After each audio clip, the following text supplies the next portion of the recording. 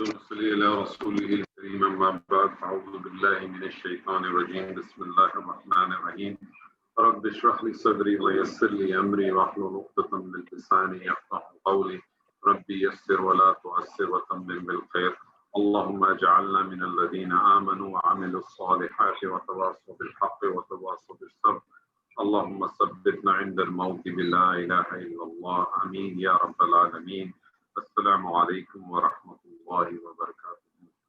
الحمدللہ ثم الحمدللہ. آج ہم ایک بار پھر اس جگہ پہ موجود ہیں اللہ تعالیٰ کے اس کلام کو سننے کے لیے، سمجھنے کے لیے، اور اللہ تعالیٰ سے یہ دعا ہے کہ جو کچھ ہم سنیں، جو کچھ ہم سمجھیں، اسے اپنی زندگی میں شامل کرنے کی بھرپور کوشش کریں، کیونکہ صرف فقط چیز کو سن لینا اور اس کے پاس وہاں سے گزر جانا اس کی اہمیت نہیں ہے.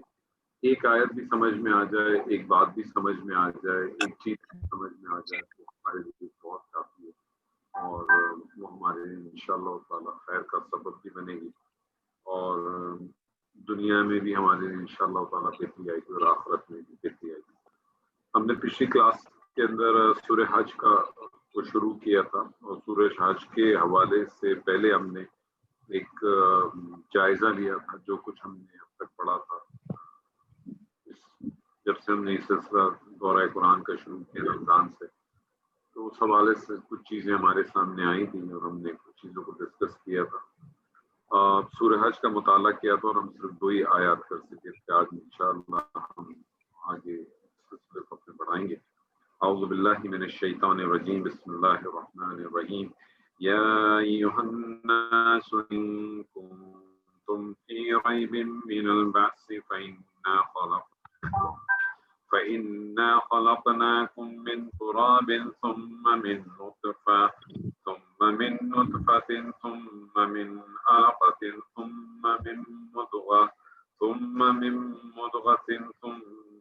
ثم من مضغة مخلقة وغير مخلقة لنبين لكم ونقر في الأرحام ما نشاء إلى أجل مسمى ثم نخرجكم طفلا ثم لتبلغوا أشدكم ومنكم من يتوفى ومنكم من يرد إلى أرذل العمر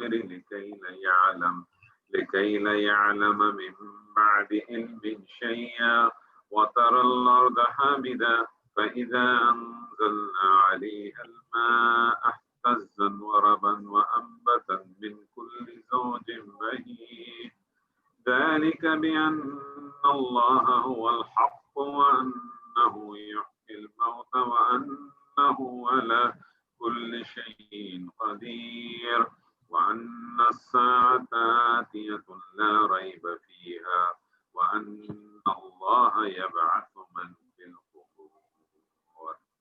اے لوگو، اگر تم دوبارہ جی اٹھنے کے متعلق شک میں ہو تو ہم نے تم کو مٹی سے پیدا کیا ہے، پھر نطفے سے، پھر خون کے لوتھڑے سے، پھر گوشت کی بوٹی سے، شکل والی اور بغیر شکل والی بھی، تاکہ ہم تم پہ واضح کریں، اور ہم رحموں پر ٹھہرا دیتے ہیں جو چاہتے ہیں ایک معین مدت تک. پھر ہم تم کو بچہ بنا کر باہر لاتے ہیں، پھر تاکہ تم اپنی پوری جوانی تک پہنچ جاؤ، اور تم میں سے کوئی شخص پہلے ہی مر جاتا ہے، کوئی شخص بدترین عمر تک پہنچا دیا جاتا ہے تاکہ وہ جان لینے کے بعد پھر کچھ نہ جانے. اور تم زمین کو دیکھتے ہو کہ خشک پڑی ہے، پھر جب ہم اس میں پانی برساتے ہیں تو وہ تازہ ہو گئی ہے اور ابھر آئی اور طرح طرح کے خوش نما چیزیں اگاتی ہے. یہ اس لیے کہ اللہ ہی حق ہے اور وہ بے جانوں میں جان ڈالتا ہے اور وہ ہر چیز پر قادر ہے. اور یہ کہ قیامت آنے والی ہے، اس میں کوئی شک نہیں، اور اللہ ضرور لوگ اٹھائے گا جو قبل ہوئے. یہ آیت جو خاص طور پر آیت نمبر 6 جو آپ کے سامنے پہلے کافی طویل آیت جو میں نے آپ کے سامنے پڑھی، آیت نمبر 5، اس کے حوالے سے سمجھ لیں کہ اللہ تعالیٰ نے جو تخلیق کا، انسان کی تخلیق کا جو پورا مرحلہ اس میں بتایا ہے، جس کو میرے خیال میں میڈیکل سائنس کے میں ایمبریولوجی شاید کہتے ہیں. اور اس حوالے سے میں آپ کو بتاؤں کہ کینیڈا کے جو ڈاکٹر ہوتے تھے، ڈاکٹر کیتھ مور، ان کی شاید کتاب بھی ہے اور ایمبریولوجی کی کتاب پڑھائی بھی جاتی ہے میڈیکل اسٹوڈنٹس کو. اور انہوں نے جب اس آیت کو دیکھا تھا، اس آیت کو اور ایک آیت جو سورہ زمر کے اندر ہمیں ملتی ہے، اللہ تعالیٰ نے فرمایا کہ جب کوئی حاملہ ہوتی ہے تو وہ 3 پردوں میں ہوتی ہے. ان 2 آیات کے بنا پر اس نے نہ صرف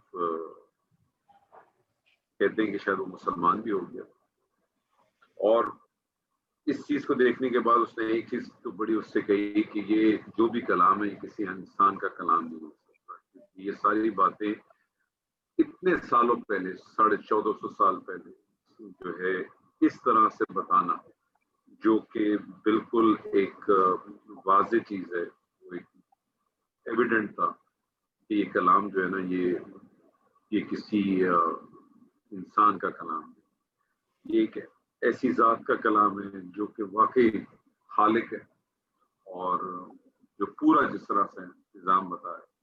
میرے خیال میں جو ڈیفینیٹلی جو بہت سارے ڈاکٹر حضرات ہوں گے اس بات کو بہت اچھی طرح واقف ہوں گے اور اس چیز سے ڈس ایگری نہیں کر سکیں.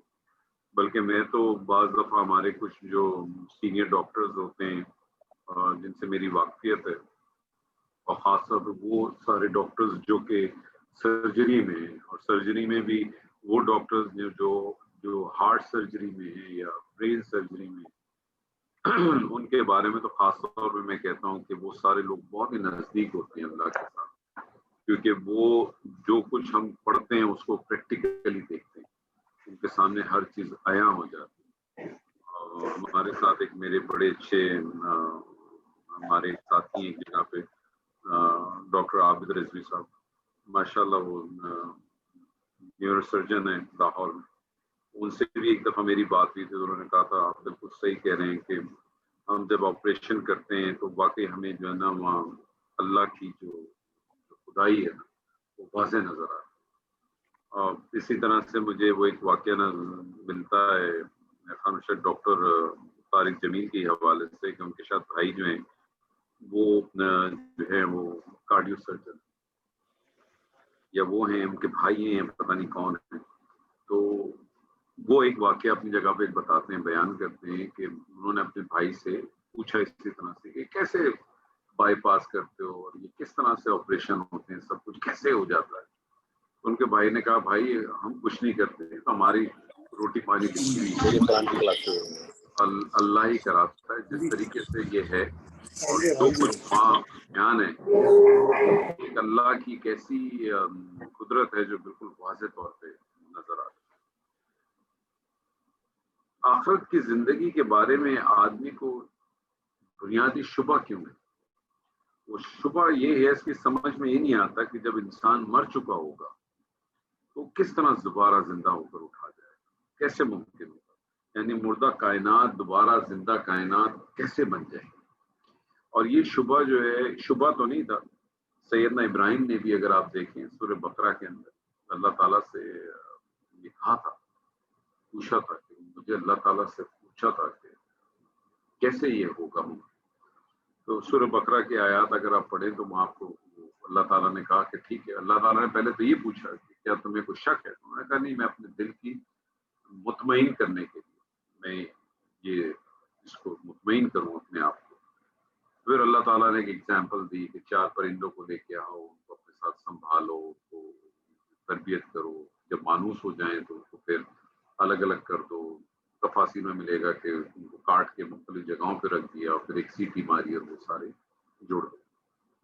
اور اسی طرح سے اسی آیت سے پہلے جو ہے سیدنا عزیر کے حوالے سے ہمیں ملتی ہے کہ جب وہ داخل ہوئے فلسطین کے کسی حصے میں تو انہوں نے دیکھا بستی اجڑی ہوئی تھی، تو انہوں نے بھی یہی سوال کیا کہ اللہ یہ کیسے سب کو واپس کھڑا کرے گا. تو وہاں بھی آپ دیکھیں کہ اللہ تعالیٰ نے ان کو نیند کا غلبہ آیا، اور جب نیند کا غلبہ آنے کے بعد ان کی آنکھ کھلی تو سوال ان سے پوچھا گیا کتنا سوئے، تو انہوں نے بھی یہی کہا کہ 1 دن یا دن کا کچھ حصہ. اللہ تعالیٰ نے فرمایا کہ نہیں، 100 سال. یہ سورہ بقرہ کے اندر آیا 100 سال. 100 سال، 100 سال. دیکھو اپنا گدھا تو وہ بالکل ڈھانچہ بن چکا تھا، دیکھو اپنا کھانا بالکل تر و تازہ. تو اللہ تعالیٰ یہ شبہ جو تھا، یہ شبہ نہیں تھا، ان کو ایک حقیقت کی طرف لانا تھا، اور اللہ تعالیٰ انہی کے ذریعے ہمارے سامنے حقیقتوں کو لے کے آنا تھا۔ لیکن جو ایک عام انسان ہے، ایک غیر مسلم کو تو چھوڑ دیں، ایک مسلمان کے دلوں میں بھی یہ شک و شبہات ہوتے ہیں، کیونکہ آپ یہ دیکھیں کہ آخرت کے بارے میں جو ہے وہ یقین کا مفہوم آتا ہے کہ آخرت پہ یقین ہونی چاہیے، ایمان کی بات نہیں آتی، یعنی اس کا مطلب ہے کہ یقین کا لیول جو ہے وہ ایمان سے بھی اوپر ہوگا، تو یقین کی بات آتی ہے کہ وہ آخرت پہ یقین ہے۔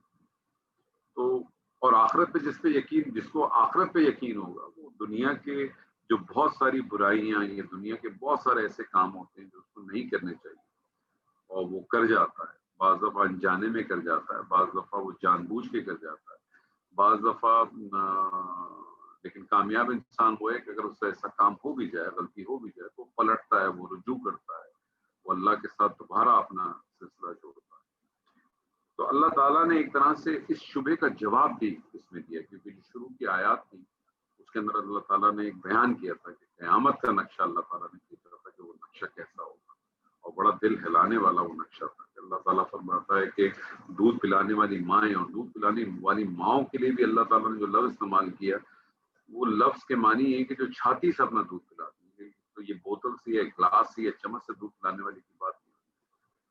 اور اسی طرح سے کہ وہ اور جو حاملہ ہوں گی وہ اپنے حمل کو گرا دیں گی، ایسی ہیبت ناک والی سچویشن۔ تو موجودہ دنیا، تو اس شبے کا جواب اللہ تعالیٰ اس طرح سے دے رہا ہے مثال کے طور پہ کہ انسان کی تخلیق کو بتا رہا ہے کہ اس کی تخلیق کیسے ہے، پیدائش کیسے ہے۔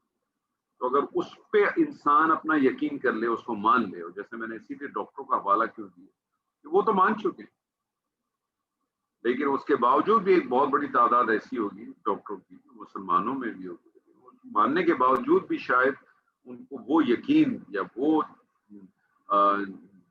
جو ہونا چاہیے، کیونکہ ایک آدمی جو ایک چیز کو دیکھ لے اور پھر بھی نہ جانے، پھر بھی یقین نہ کرے، تو وہ ایک بدقسمتی ہے، اس سے زیادہ تو اور کچھ نہیں کر سکتے۔ اللہ تعالیٰ سب کے ساتھ، اللہ تعالیٰ سب کے دلوں کو بڑھا۔ تو موجودہ دنیا کیا ہے؟ یہ بھی دراصل ایک حالت کا دوسری حالت میں تبدیل ہو جانا ہے۔ وہ چیز جس کو ہم زندہ وجود کہتے ہیں، دراصل وہ اگر دیکھا جائے تو وہ غیر زندہ وجود سے ہی باہر آیا۔ جو وجود زندہ جسے ہم کہتے ہیں آج، وہ بیسیکلی تھا کیا؟ وہ تو غیر زندہ ہی وجود تھا، بیسیکلی تو غیر زندہ وجود تھا۔ اور اگر انسان کے جسم کا اگر آپ تجزیہ کریں تو آپ کو پتہ چلے گا اس میں آپ کو لوہا بھی ملے گا، اس میں آپ کو کاربن بھی ملے گا، اس میں آپ کو کیلشیم بھی ملے گا، اس میں آپ کو نمک بھی ملے گا، اس میں پانی بھی ملے گا، اس میں شاید گیسز بھی ملیں گی، اور ان سب سے مل کر بنائیں گے انسان کا وجود جو ہے۔ یہ بیسیکلی ان سب چیزوں کا مرکبات ہے، ان سب چیزوں کا مرکبات ہے، اور یہ سارے مرکبات کو اگر آپ دیکھیں تو سب بے جان ہیں، سب بے جان ہیں، مگر یہی بے جان چیز کے اندر جب روح کا مادہ اس میں جب پڑتا ہے تو اس میں جان آ جاتی ہے۔ انسان کے جسم میں جب اس کی نفس اس سے نکل جاتی ہے، اس کو آپ نفس کہہ لیں، آپ اس کو روح کہہ لیں، کیونکہ اللہ تعالیٰ تو کہتا ہے کل نفس ذائقۃ الموت، موت جو ہے وہ نفس کو آئے گی۔ اب اس نفس کی آپ تشریح روح کے طور پہ لیں یا نفس کو آپ ایز اے کمانڈر کے طور پہ لیں، یہ ایک الگ بحث ہے، ہم اس بحث میں نہیں پڑھتے فی الحال، کیونکہ ایک الگ سبجیکٹ ہے۔ لیکن موت تو اس کو آتی ہے، جسم تو ایسے ہی رہتا ہے، جسم سڑ تو سکتا ہے، جسم کو کچھ نہیں ہوگا۔ آج دنیا میں ایسی چیزیں موجود ہے کہ آپ اس جسم کو پرزرو کر سکتے ہیں بہت زمانے عرصے تک، اور اگر ایک انسان مر جائے تو آپ اس کی آنکھ کو نکال کے دوسرے انسان میں لگا دیتے ہیں جس کے اندر اس کا کمانڈر یا اس کی نفس الائب ہے۔ آپ آنکھ لگا سکتے ہیں، آپ اپنے دل لگا سکتے ہیں، آپ گردے لگا سکتے ہیں، آپ جو آرگنس چاہیں، آپ چاہیں اس کی کمپیٹیبلٹی اگر نکل آئے تو آپ لگا سکتے ہیں، اور یہ ہو رہا ہے۔ تو یہ ساری چیزیں موجود ہیں، تو جب اس کے اندر وہ چلی گئی تو پھر اس میں وجود آ گئی۔ تو یہ انسان جو ہے وہ بھی تو جو جن چیزوں سے مرکبات سے بنا ہے وہ تو بے جان چیزیں ہی تھی، لیکن جب وہ مل گئی اور اس کے اندر وہ روح آ گئی، اس کے اندر وہ جان آ گئی، تو وہ ایک چلتا پھرتا انسان بن گیا، انسان کی صورت میں چلنے پھرنے لگتا ہے۔ پھر جو انسان ایک بار غیر زندہ سے زندہ کی صورت اختیار کر لیتا ہے، اور اگر وہ دوبارہ غیر زندہ سے جب وہ مر جائے تو کیا وہ دوبارہ زندہ نہیں ہو سکتا؟ کیسے؟ کیونکہ اللہ تعالیٰ جیسے کچھ مقام پہ فرماتا ہے کہ ہمارے لیے کیا پہلی دفعہ پیدا کرنا مشکل تھا کہ دوسری دفعہ مشکل ہے؟ کوئی بھی شخص ہو، ایک عام مینوفیکچرنگ کمپنی کرو، اس کے لیے پہلی دفعہ کوئی چیز بنانے میں شاید دقت ہوتی ہو، کہ اس کو اس کی ڈرائنگ بھی بنانی ہے, اس کی ایڈجسٹمنٹ بھی کرنی ہے, اس کی 4 چیزیں اور کرنی ہے. لیکن ایک دفعہ اگر وہ ایک چیز بنا لے, ایک دفعہ اس نے ایک چیز کھڑی کر لی, تو اس کے لیے اگلی دفعہ اس چیز کو کھڑا کرنا یا اس کو بنانا وہ اتنا مشکل نہیں رہتا, وہ ایک آسان کام ہو جاتا. تو اللہ تعالیٰ کے لیے کیا ہے, مشکل کام ہوگا. اور بڑی خوبصورت طریقے سے اللہ تعالیٰ نے ان آیات کو جس طرح سے جو پرویا ہے, آپ اس کو دیکھتے ہو, یہ اللہ کا کلام ہے. اور اللہ کے کلام سے بہتر کون سا کلام ہو سکتا ہے, اللہ کی بات سے بہتر کون سی بات ہو سکتی ہے. اور آپ سب جانتے ہیں کہ جو مکی دور تھا, مکی دور کی جو اس کی ابتدائی آیت تو ویسے ہی مکی ہے, ٹھیک ہے, بالکل آخر حصے کی ہیں, لیکن مکی دور میں تو آپ دیکھیں ایسا چیلنج ہی ان کے ساتھ تھا. ان لوگوں کو تو جو مشرکین مکہ تھے, ان کو تو اپنی شاعری پہ تو ناز تھا, اور عربی زبان کے بارے میں تو ان کا یہ موقف ہوتا تھا کہ یا تو عربی ہے یا اجمی. اجمی گونگے کو کہتے ہیں, یعنی جس کو عربی آتی ہے, جس کو عربی نہیں آتی وہ گونگا ہے. اور ان کو تو بہت ناز تھا. اور ان کے جو بڑے بڑے شاعر ہوتے تھے, جن کو جب وہ ہر سال ان کا جو پروگرام ہوتا تھا اس میں جو جیتتا تھا, اس کو بالفعل جو ہے باقی شاعر اس کو سجدہ کرتے تھے, اور اس کے کلام کو جو ہے باقاعدہ جو ہے وہ کعبے کے اوپر لٹکا دیا جاتا تھا. ان کو تو اس پہ بہت مان تھا اپنی زبان کے اوپر اور اپنی اس چیز کے اوپر. اور اسی چیز کو دیکھتے ہوئے, اسی چیز کو بھی دیکھتے ہوئے آپ یہ دیکھیں کہ اللہ تعالیٰ نے انہی کے اس میں اس قرآن اس کو اتارا, اور اللہ تعالیٰ نے بار بار چیلنج کیا کہ کوئی ایک آیت اس جیسی بنا کے دکھا دے, کوئی ایک صورت بنا کے دکھا دے. لیکن کوئی, اور آپ یہ دیکھیں کمال, آپ یہ دیکھیں, میں آپ سے یہ کہنا چاہتا ہوں کہ آپ ان لوگوں کا کمال دیکھیں. قرآن کو تو اپنا اعجاز ہے, قرآن کی تو اپنی ایک جو پاور ہے وہ تو اپنی جگہ پر ہے, لیکن ان لوگوں کا بھی ضرور دیکھیں کہ کوئی وہاں سے ایسا نہیں آیا کہ جس نے کلیم کیا ہو کہ ہاں یہ آیت میں بنا کے دیکھا اور یہ آیت میں یہ ہے, کوئی نہیں لایا. تو میں تو کہتا ہوں کہ کچھ معاملات میں تو وہ جو مشرکین مکہ تھے, وہ کچھ معاملات میں بہت زبردست تھے. وہ شاید ہم میں سے آج کے بہت سارے جن کو ہم بہت اچھے مسلمان کے ان سے بہت زیادہ بہتر تھے. ٹھیک ہے, ان کے عقائد میں مسائل تھے, ان کی دوسری چیزوں میں مسائل تھے, لیکن اللہ تعالیٰ نے بھی جو جس قوم کے اوپر اور جس جگہ پہ یہ ساری چیزیں اتاری, اللہ تعالیٰ بھی جانتے تھے کہ اس قوم سے بھی کچھ خوبیاں ہیں, اسی لیے اس کو اس طرح سے لکھا. تو آپ یہ دیکھیں کہ خوبصورت طریقے اللہ تعالیٰ کہتا ہے فَإِنَّا خَلَقْنَاكُم مِّن تُرَابٍ, یعنی اس آیت میں بطن مادر کے اندر انسان کی تخلیق کے مختلف درجات بیان. اور یہ جو فَإِنَّا خَلَقْنَاكُم مِّن تُرَابٍ صحیح بخاری میں بڑی تفصیل حدیث ملتی ہے, جس میں میں مختصر آپ اس میں بتاتا ہوں کہ ہے کہ پہلے 40 دن کے اندر جو ہے وہ علقہ بنتا ہے, پھر اس سے مدغتہ خون بنتا ہے, پھر گوشت کا ٹکڑا بن جاتا ہے, اور جب اس کو 120 دن ہو جاتے ہیں تو اللہ تعالیٰ جو ہے کی طرف سے ایک فرشتہ بھیجا جاتا ہے جو اس کے اندر جان تو ہوتی ہے, جان تو ڈے ون سے. آج کل کے دور میں تو ہم دیکھتے ہیں نا کہ جہاں کوئی عورت اگر حاملہ ہوتی ہے, جہاں تھوڑی عورت حاملہ ہوتی ہے اور جب وہ جاتی ہے تو اس کو چیک کرتے ہیں, اس کی موومنٹ دیکھتے ہیں, اس کی بریتھنگ دیکھتے ہیں, جان ہوتی ہے, روح نہیں, روح پھونک دی جاتی ہے. اور روح جب پھونک دی جاتی ہے تو پھر جو ہے, اور اس کے ساتھ ہی اس کا سب کچھ لکھ دیا جاتا ہے کہ اس کے متعلق کہتے ہیں کہ اس کے متعلق 4 باتیں لکھی جاتی ہیں کہ اس کی عمر کتنی ہوگی, اس کا رزق کتنا ہوگا.